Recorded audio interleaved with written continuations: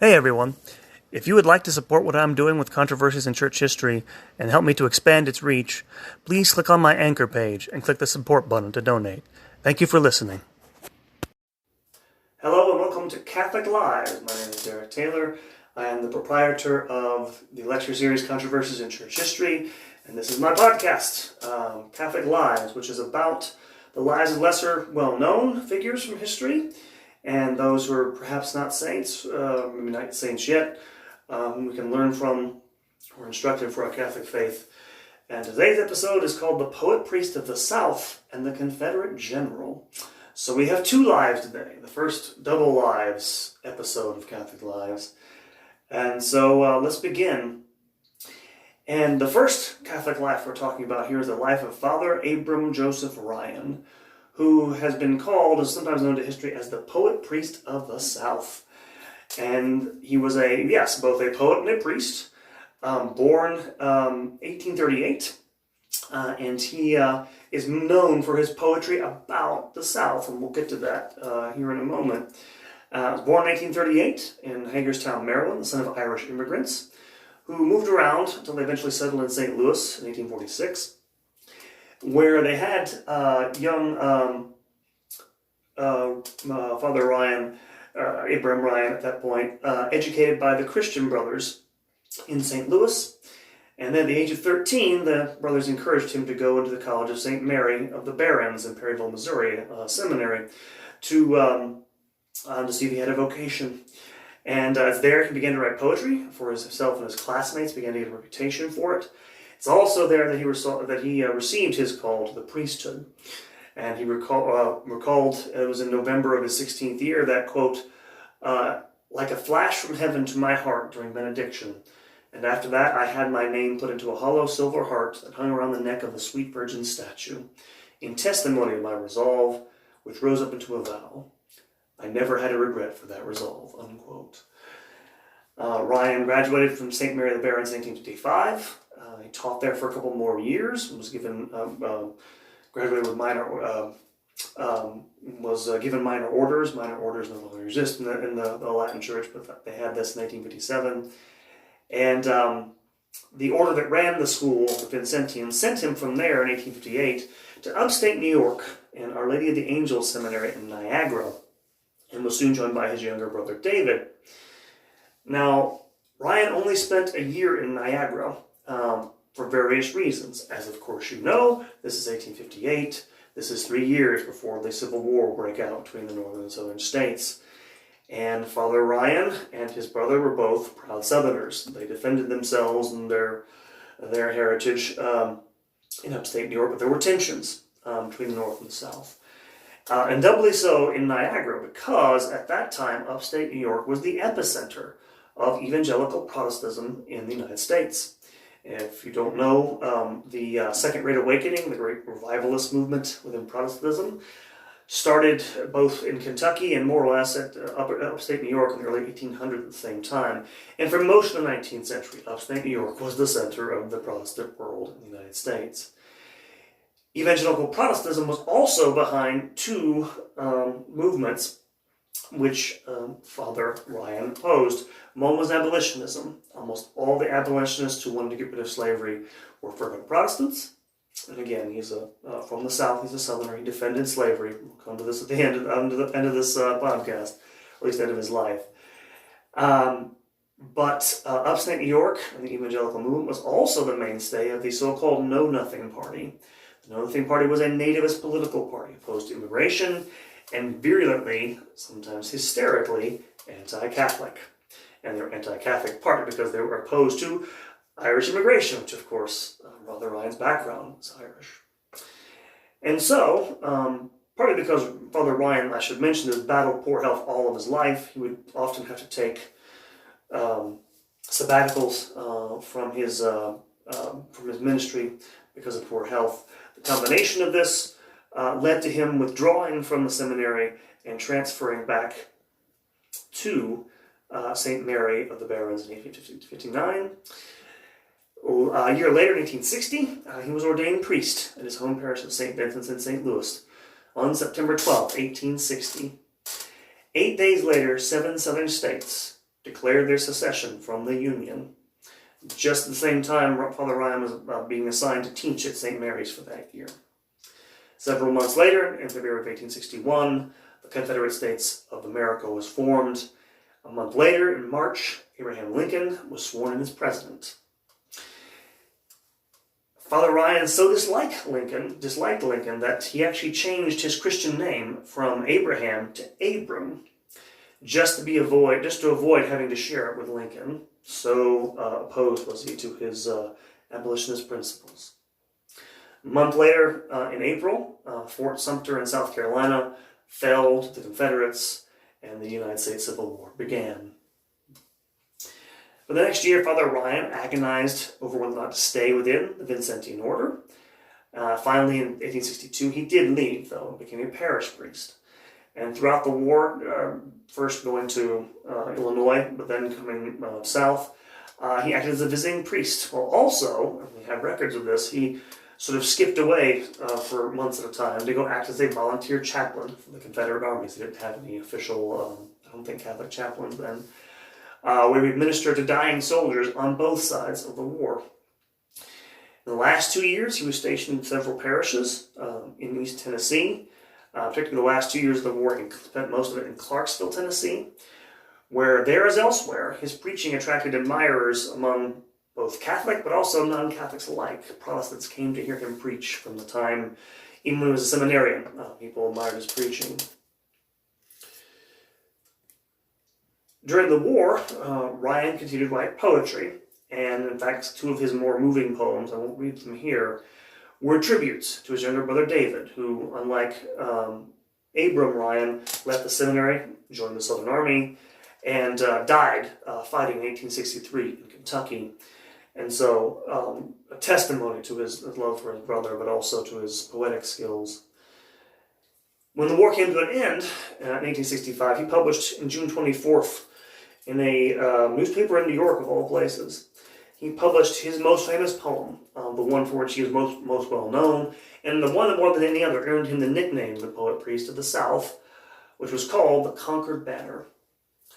The poem mourned the loss of the war, also the loss of those who fought for the South, while at the same time admitting and accepting defeat, which is worth mentioning because that wasn't the case, obviously, in a lot of the South. And the last stanza of The Conquered Banner reads like this: "Furl that banner softly, slowly. Treat it gently, it is holy, for it droops above the dead. Touch it not, and fold it never. Let it droop there, furled forever, for its people's hopes are dead." In the post-war era, during Reconstruction, Father Ryan moved to several different parishes across the South. First to Knoxville, Tennessee, until 1867 or so, and then for 3 years to Augusta, Georgia, and then for the better part of the last 10 years, 1870 to 1880, in Mobile, Alabama, giving retreats in places, preaching. According to his diaries, he would preach 3 sermons a day and spent long hours into the night in the confessional as well. So in demand was he.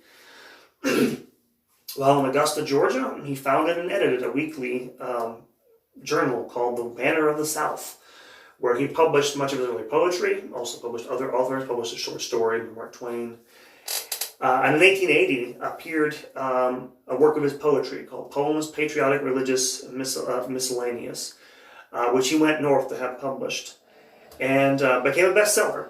In fact, the book went through 47 editions up to the 1930s, so it was very popular in the post-war era. After 1880, he had to take a year off from 1881 to 1882 because of his poor health. He moved from Mobile to Biloxi, Mississippi, finished writing a book.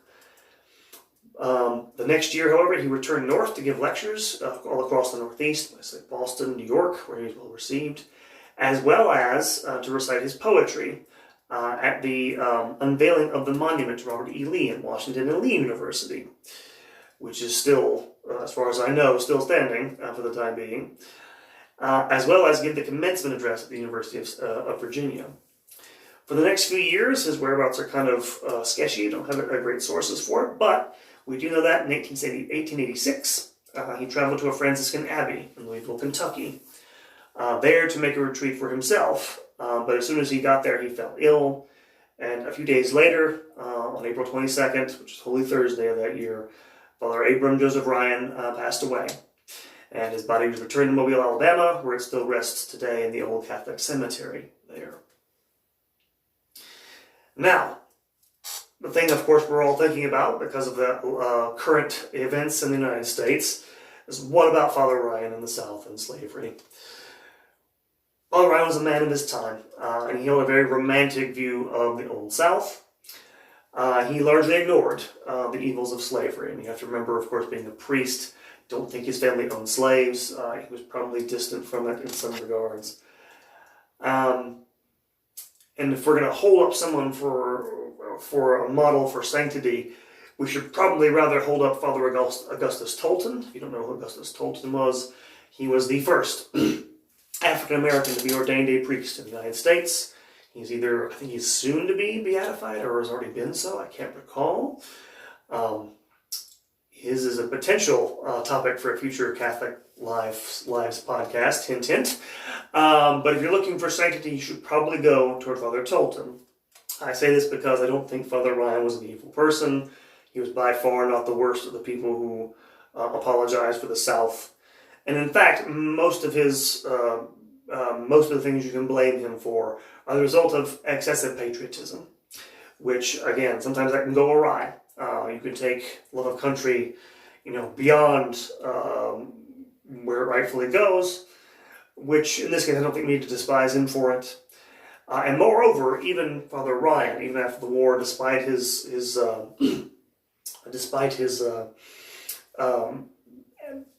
poetry eulogizing the Old South, he wrote many poems about the Catholic faith, and in fact he realized in the end that was his true calling, not as poet of the slave South, but as that of a Catholic priest. And so I'll just quote you here one passage from one of his poems, illustrate this. He knew that was his true identity in the end. And so here's the poem. In the temple of fame I will write my name, I send with the poet's pen, and I will weave me a crown of such renown mid earth's immortal men. Such was my thought, the aim I sought, that dream has since gone by. To the higher shrine of love divine my lowly feet have trod. I want no fame, no other name than this, a priest of God.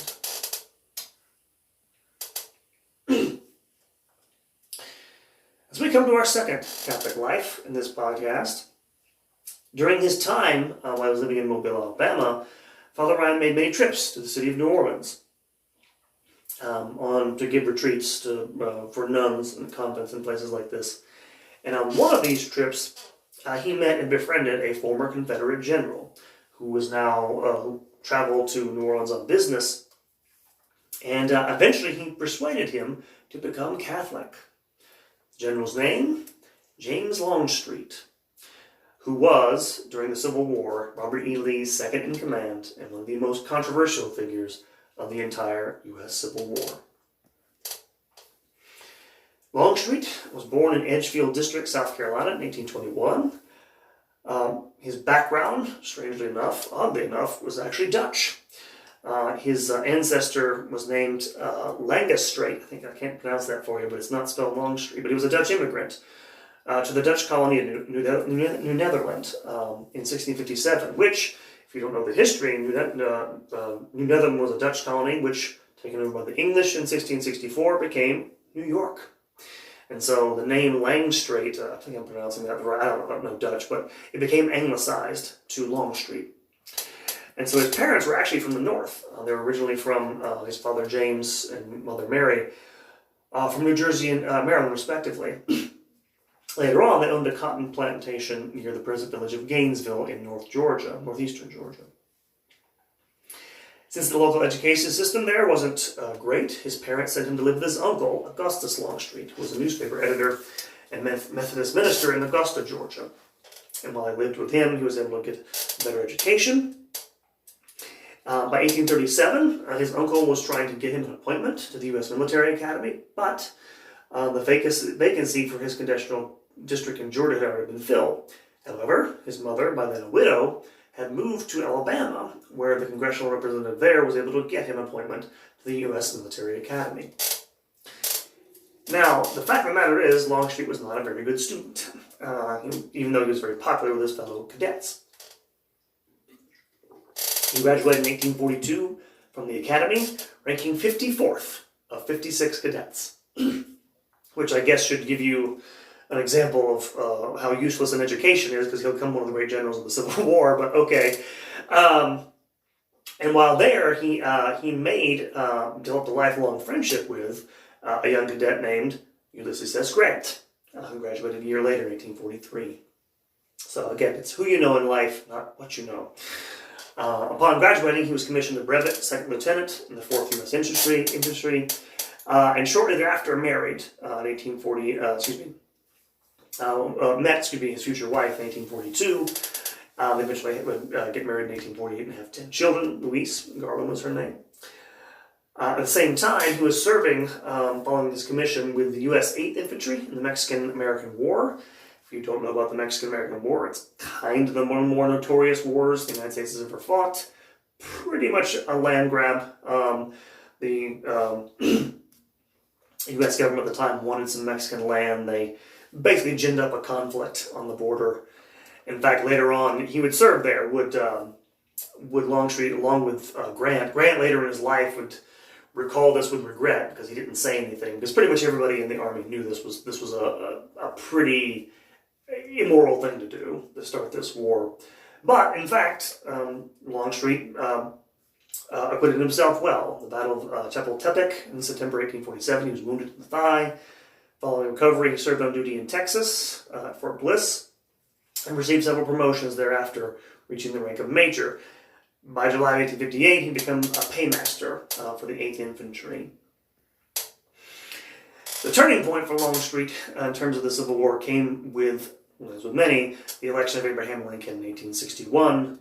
Like many Southerners, they felt they could not serve the man. He resigned his commission from the U.S. Army in June of that year and joined the Confederacy, reporting to the Confederate States Army in Richmond, where initially he was given a lower rank, but after getting a meeting with President Jefferson Davis, was appointed to the rank of Brigadier General and assigned to assist General Beauregard at Manassas, Virginia, where he was given a command of some regiments.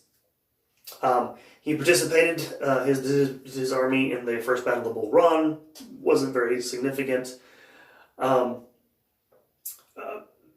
After serving, after more exceptional service, and a few more battles, he was made Major General and soon commanding of a division in the Army of the Potomac.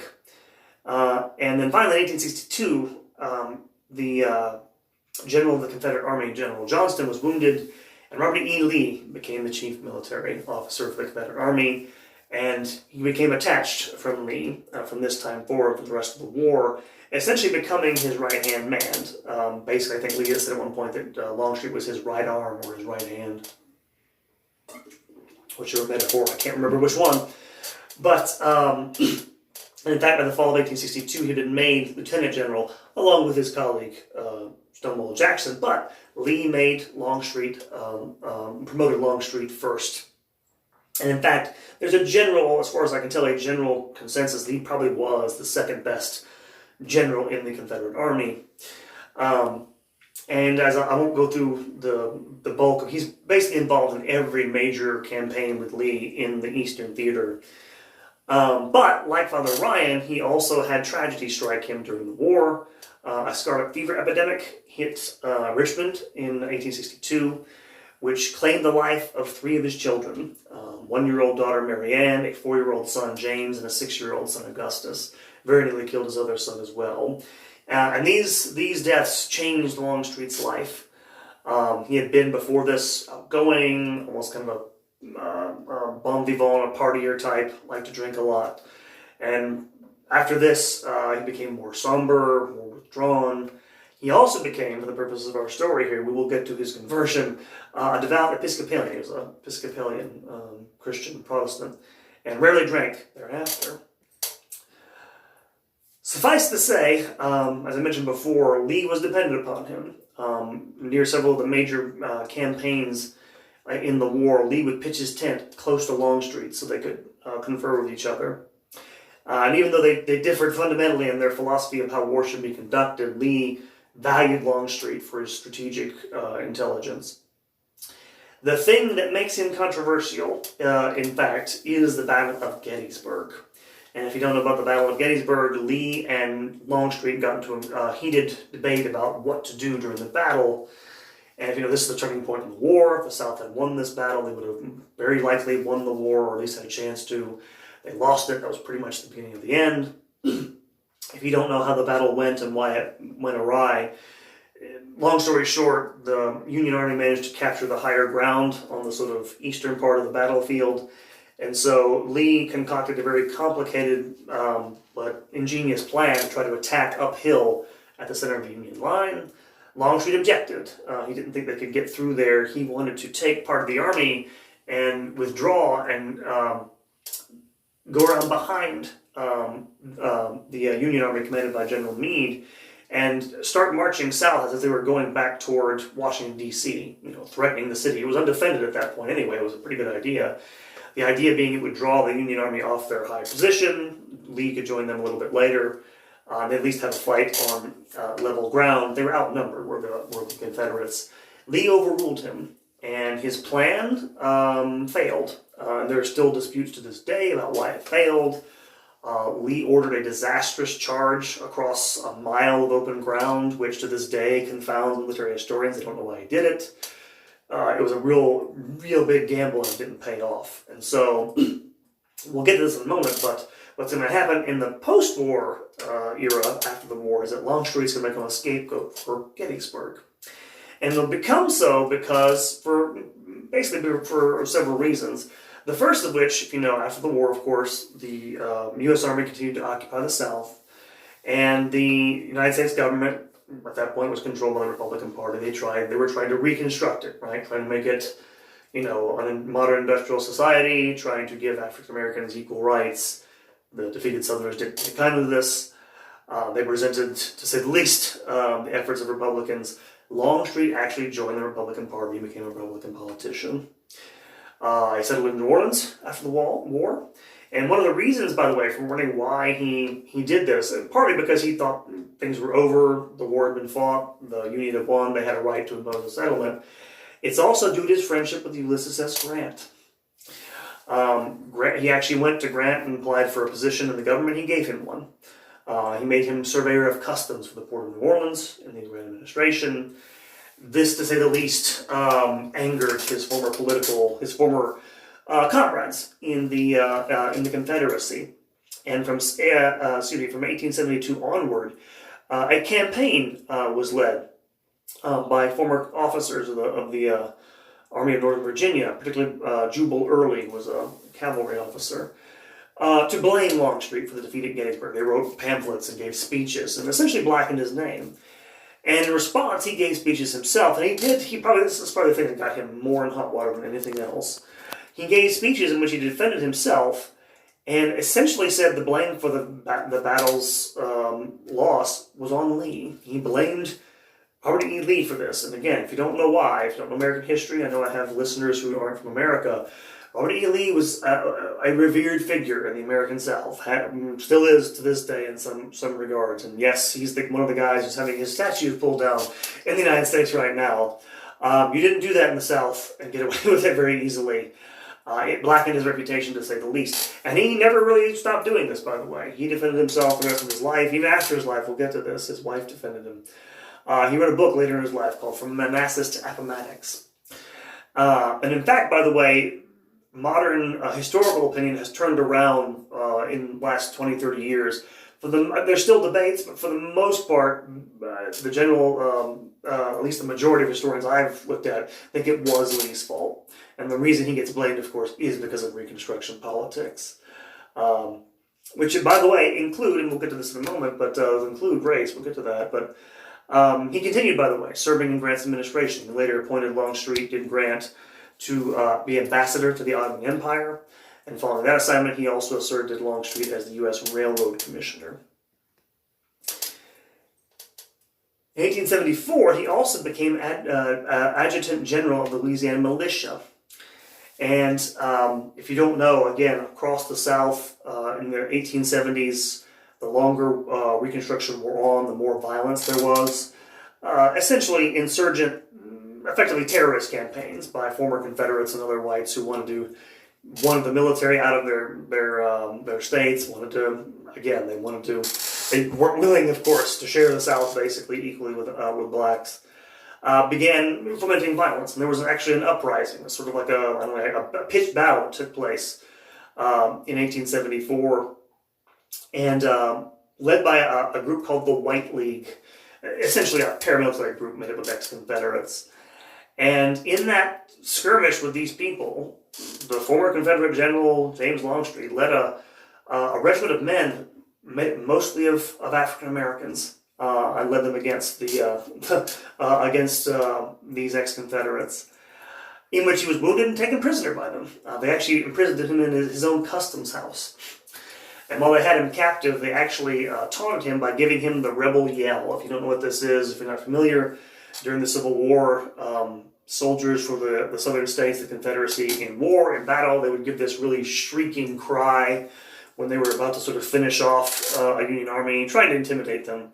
And so they gave him the rebel yell, and apparently Longstreet just sort of looked sort of disgusted at them and said, "I have heard the yell before."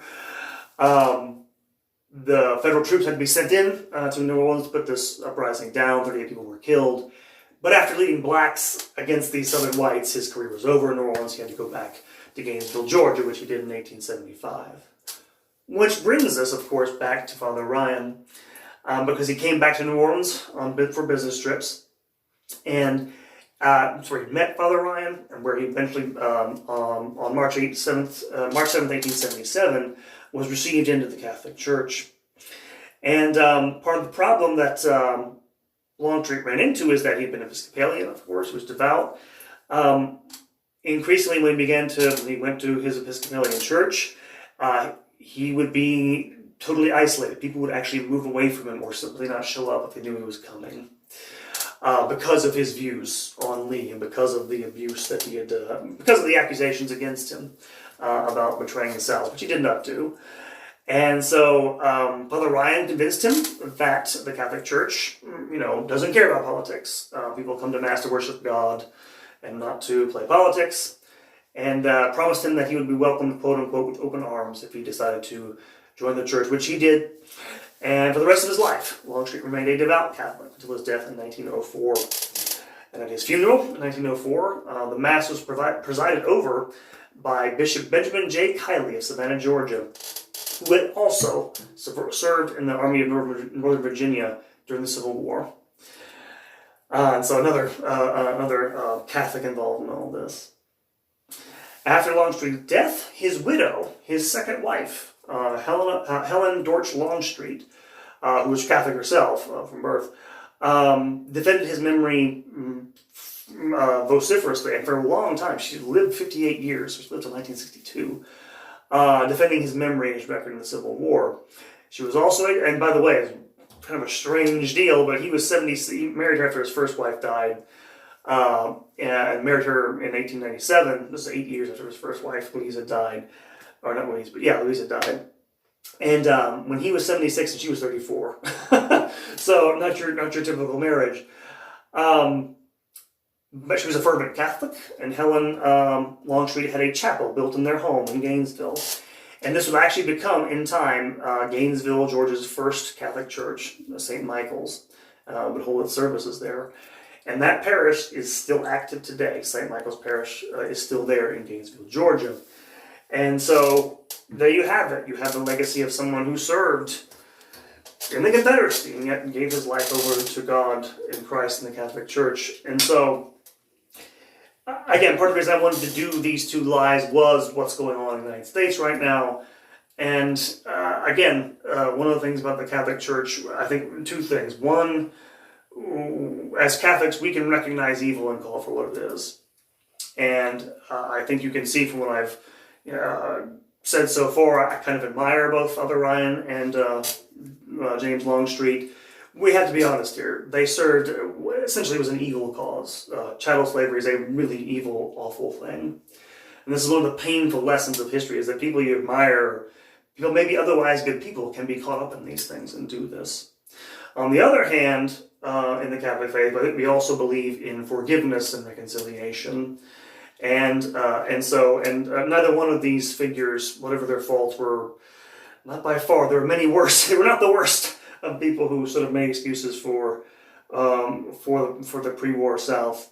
But they also, of course, sought God. And at least it came out of this. You see the fruits, of course, of James Longstreet's conversion and the other good fruits of Father Ryan's life as well. And so hopefully it'll cause us to reflect on this, cause us to think about our history here in the United States, but also thank God that He cares enough to try to convert people, even people who've, again, been involved in evil things like this. Like Father Ryan, we realize, we can be patriotic, and we have problems, of course, obviously, in the church today, politics invading it. What these lives teach us, I think, is that in the end we know that God and what He wants and what His Holy Church is for have to take precedence ultimately. Even though we're supposed to be patriots, we're supposed to love our country. If it comes down to it, we must choose God, and I think hopefully we can both do that, but maybe do better than Father Ryan and Longstreet. So there you have it, your first double Catholic Lives episode. If you like this, if it was good for you, please go to Apple or Apple Podcast and like and subscribe, leave a review, give us good reviews if you like it. You can subscribe other places as well. Please go to our YouTube channel where I have the recordings of my lectures on there. You can access those there, like and subscribe to that there. Facebook page is usually where I post a lot of things. I also have a website, which I'll be updating soon. There'll be some announcements coming regarding the lectures and the podcast. Another few weeks, you should have your next Catholic Lives episode. Hope you guys enjoy it. Thank you. Take care and God bless.